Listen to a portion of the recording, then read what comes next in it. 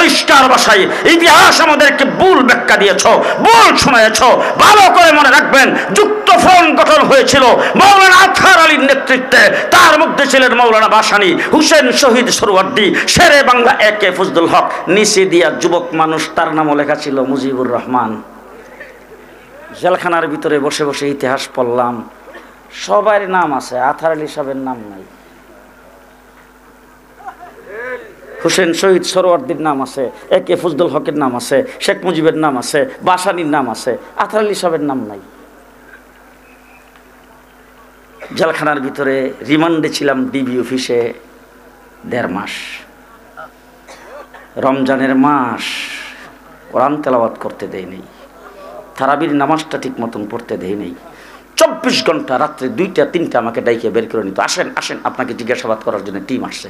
টিমের সামনে যাওয়া মাত্র প্রথম গালিটা দিতেন, তুই পাকিস্তানি রাজাকার। তোর হাফিজ হুজুর পাকিস্তানি রাজাকার, তোর আতহার আলী পাকিস্তানি রাজাকার, তোর শামসুল হক ফরিদপুরি পাকিস্তানি রাজাকার, তোর মহিউদ্দিন খান পাকিস্তানি রাজাকার, তোর মুফতি আমিনী পাকিস্তানি রাজাকার। এক একজনের নাম ধরে ধরে গালিগালাজ শুরু করছেন, আমাদেরকে পাকিস্তানি রাজাকার বলছেন। আরে আমরা তো পাকিস্তানি রাজাকার হবে কেন? পাকিস্তান তো আমরা যাই নাই, পাকিস্তানের সাথে তো আমাদের আলাদা কোনো সম্পর্ক নাই। পাকিস্তানের কোনো কিছু বাস্তবায়ন করার জন্য আমরা তো বাংলাদেশে কোনো প্রকার স্লোগান দেই নাই। তোমরা যারা স্বাধীনতার চেতনা, মুক্তিযুদ্ধের চেতনার বলে দেশকে 15 বছর শোষণ করেছ, আজকে প্রমাণ হয়েছে তোমরা সবাই ইন্ডিয়ান রাজাকার, ইন্ডিয়ান রাজাকার।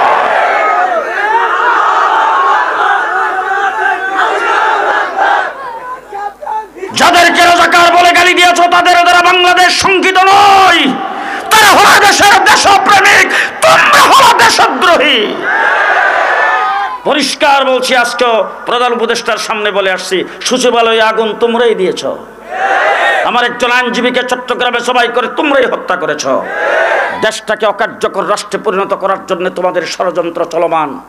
পরিষ্কার ভাষায় বলতে চাই, এই স্বাদ বাংলার মাটিতে পূরণ হবে না। এই মাঝখানে দেখবেন কেউ যদি কথা না কহে, কাওয়া কাদের দলের লোক। এই স্বাদ বাংলার মাটিতে পূরণ হবে না। পরাজিত শক্তিকে বাংলাদেশে ঋণ করতে দেওয়া হবে না ইনশাআল্লাহ। প্রস্তুত আছেন তো? প্রস্তুত আছেন তো? দেশটা মুসলমানের দেশ। কার দেশ? কার দেশ? 1947 আমরা স্বাধীনতা অর্জন করেছি, একটার নাম হিন্দুস্তান আর একটা পাকিস্তান। আমার সাথে কথা বলবেন, এক ভাগ হিন্দুস্তান আর এক ভাগ পাকিস্তান। আমরা তখন কোন ভাগে ছিলাম? হ্যাঁ, কোন ভাগে ছিলাম? পাকিস্তানে ছিলাম। এবার জানা থাকলে বলেন তো, কলিকাতার ভাষা কি? বাংলা। তারা জাতে কি? বাঙালি। আমাদের ভাষা বাংলা, আমরা জাতে বাঙালি। তাই আরও বাঙালি, আমরাও বাঙালি। কলিকাতার তারাও বাংলা ভাষায় কথা বলে, আমরাও বাংলা ভাষায় কথা বলে। তারা হলো হিন্দুস্তানের অংশ। আমরা বাংলা ভাষাভাষী হইয়া, বাঙালি জাতি হইয়া আমরা কেন হইলাম পাকিস্তানের অংশ? বলেন তো দেখি, আমরা কেন পাকিস্তানের অংশ হয়েছিলাম? জি, পরিষ্কার ভালো করে মনে রাখবেন, 1947 সনে আমরা স্বাধীনতা অর্জন করেছি মুসলিম মেজরিটি আর মুসলিম অধ্যুষিত হওয়ার কারণে। ঠিক কিনা বলেন? এরপরে পশ্চিম পাকিস্তানিরা আমাদের সঙ্গে বৈষম্যের আচরণ করেছেন, চাকরির ক্ষেত্রে, শিক্ষার ক্ষেত্রে, বিভিন্ন দিক থেকে পশ্চিম পাকিস্তানিরা আমাদের সঙ্গে বৈষম্যের আচরণ করেছে। 1970 সনে নির্বাচন করেছেন। শেখ মুজিবুর রহমান সাহেব নির্বাচনে ইশতেহারে পরিষ্কার বলেছেন, নির্বাচনে যদি জয়যুক্ত হয় ইসলামের বিরুদ্ধে কোনো পদক্ষেপ নেওয়া হবে না। সেই কথা যখন জনগণ দেখলো, দেখার পরে শিল মারো ভাই, শিল মারো, হেচ্ছা ফেলছে শিলমাইরা। নিরঙ্কুশ সংখ্যাগরিষ্ঠতা পেয়েছেন শেখ মুজিবের দল আওয়ামী লীগ। পশ্চিম পাকিস্তানিরা তার কাছে ক্ষমতা হস্তান্তর করতে যখন গড়িমসি শুরু করেছেন, ক্ষমতা হস্তান্তর করতে রাজি নয়। 7.5 কোটি বাঙালি অস্ত্র ধরে দেশ স্বাধীন করেছেন বাংলাদেশ। যুদ্ধ করেছি 9 মাস। কয় মাস? এবার জিজ্ঞেস করতে চাই, শেখ মুজিবুর রহমান সাহেবের 7ই মার্চের ভাষণে, যেই ভাষণের শেষে তিনি বলছিলেন এবারের সংগ্রাম স্বাধীনতার সংগ্রাম, সেই ভাষণের ভিতরে উনি কয়টা শব্দ বলেছেন? যদি দেশ স্বাধীন হয়, আমি যদি ক্ষমতায় আসি, আমার আওয়ামী লীগ যদি ক্ষমতা দখল করে, ক্ষমতা গ্রহণ করে, তাইলে এই দেশ হবে ধর্মনিরপেক্ষ। ওই যে কইলাম যে কথা না কইলে কাওয়া কাঁদে যে বলছেন জিয়াউর রহমান সাহেব স্বাধীনতা ঘোষণা দিয়েছেন, তিনি কি সেই কথা কালুরঘাট মানে বেতার কেন্দ্র থেকে তিনি এই কথা বলছিলেন, দেশ স্বাধীন হবে, আমি স্বাধীনতার ঘোষণা করলাম, স্বাধীনতা যুদ্ধ আজকের থেকে শুরু হয়েছে, যুদ্ধ করে যদি দেশ স্বাধীন হয় দেশ হবে ধর্মনিরপেক্ষ? যারা দাঁড়ায় দিছে কথা কয় না, বলছেন সারা বাংলাদেশে যারা মুক্তিযুদ্ধ যারা করেছেন মুক্তিযুদ্ধদেরকেও বলছেন স্বাধীন সার্বভৌম বাংলাদেশ হবে মানে ধর্মনিরপেক্ষ বলছেন। ইলেকশন করেছেন, ইসলামের বিরুদ্ধে কিছু করা হবে না। কেউ বলেন শেখ মুজিবুর রহমান সাহেবকে অ্যারেস্ট করে নিয়ে গেছেন পাকিস্তানিরা, কেউ বলেন তিনি আত্মসমর্পণ করছেন, আমি সেই বিতর্কে যাইতে চাই না। উনি পাকিস্তানে আটকা ছিলেন, সেখান থেকে যখন দেশ স্বাধীনের পরে যখন আসছেন উনি কি ডাইরেক্ট বাংলাদেশে আইছেন? গেছেন কই? লন্ডন। সেখানে যাই একটা প্রেসক্রিপশন নিছেন,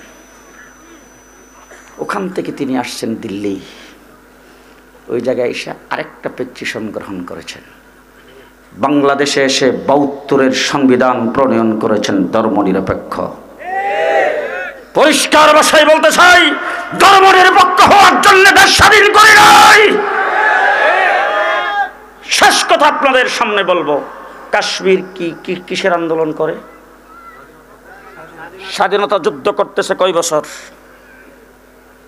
৭০ বছর। কয় বছর হয়েছে তো স্বাধীন? আমার পাশে আসাম ৪০ বছর স্বাধীনতা যুদ্ধ করে। 10 ট্রাক অস্ত্রের মামলায় আমার বাংলাদেশের কত মানুষের কত জেল জুলুম হইল। কি জন্য 10 ট্রাক অস্ত্র? স্বাধীনতা যুদ্ধ করতেছে আসামের তারা ৪০ বছর, হয়েছে নি স্বাধীন? আমার ব্রাহ্মণবাড়িয়ার পাশেই হলো ত্রিপুরা আগরতলা, তারা ৩০-৩৫ বছর যাবৎ স্বাধীনতা যুদ্ধ করে, হয়েছে তো স্বাধীন? হয়েছে তো স্বাধীন? আজকে যারা মুক্তিযুদ্ধের চেতনার কথা বলো, মুক্তিযুদ্ধের চেতনার কথা বলে ধর্মনিরপেক্ষতাবাদ যারা কায়েম করতে চাও, তাদের চোখে আঙ্গুল দিয়ে বলতে চাই, আমরা যদি মুসলিম হিসাবে পাকিস্তানের অংশ না হতাম, পূর্ব পাকিস্তান না হতাম, ৭০ বছর লড়াই করো, আমরা স্বাধীনতা অর্জন করতে পারতাম না। এবার যদি বুঝে থাকেন বলেন তো স্বাধীনতার মূলে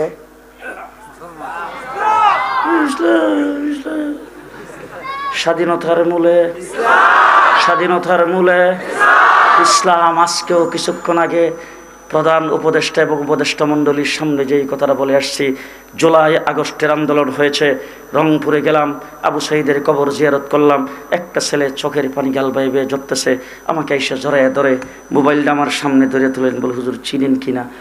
আমি বললাম হ্যাঁ, এটা তো আবু সাইদ দেখা যায়। বলে হুজুর পাশের লোকটাকে চিনেন কিনা? আমি বললাম তারে তো চিনছি না। বলে হুজুর আমার চেহারার দিকে তাকান। তার চেহারার দিকে তাকাই দেখি ওই ছেলেটাই আবু সাইদের পাশে একসাথে দাঁড়ানো। আমি বললাম সেটা তো তোমাকেই দেখা যাচ্ছে। হু হু করে কান্না শুরু করে দিয়েছেন, আমাকে জড়াইয়া ধরছেন। জিজ্ঞেস করলাম আচ্ছা সে যখন ইন্তেকাল করে তার অবস্থাটা কী ছিল একটু বলো তো দেখি। বলে হুজুর গুলি খাওয়ার পরে যখন সে মাটিতে লুটায় পড়েছেন তখন আল্লাহু আকবার আল্লাহু আকবার বলে স্লোগান দিতেছিলেন। আরে আমার বাংলাদেশের ঢাকা শহরে, রাজশাহীতে, চট্টগ্রামে যারা আন্দোলন করেছেন জুলাই আগস্টের আন্দোলনে, মসজিদে আযান হওয়ার সাথে সাথে রাজপথে জামাতের সাথে নামাজ আদায় করেছেন। ঠিক না বেঠিক?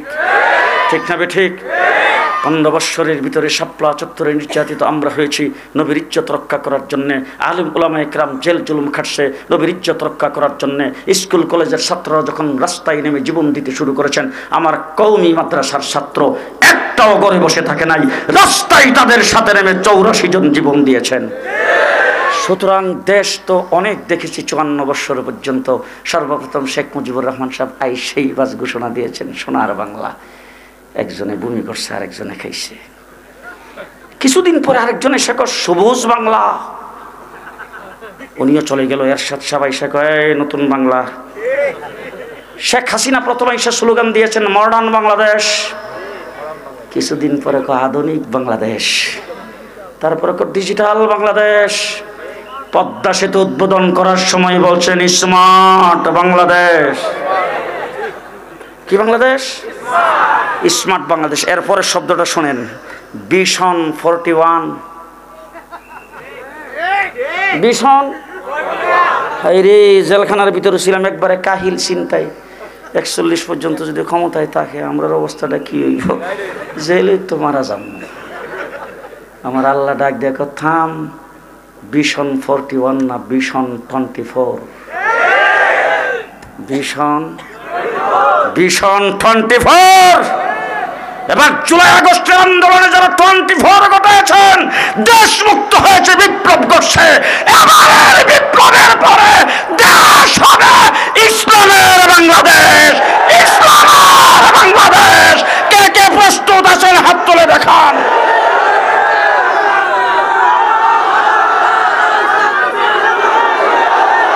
শেষ কথা আমি আপনাদের সামনে বলতে চাই, ইসলামের বাংলাদেশ করার জন্য যদি আবার শাপলা চত্বরে যাইতে হয়, প্রস্তুত আছেন? এবারের সংগ্রাম ইসলাম প্রতিষ্ঠার সংগ্রাম। নাসরুম মিনাল্লাহ, ফাতহুন করিব, আবাশশিরিল মুমিনিন। আসসালামু আলাইকুম ওয়া রাহমাতুল্লাহি ওয়া বারাকাতুহু।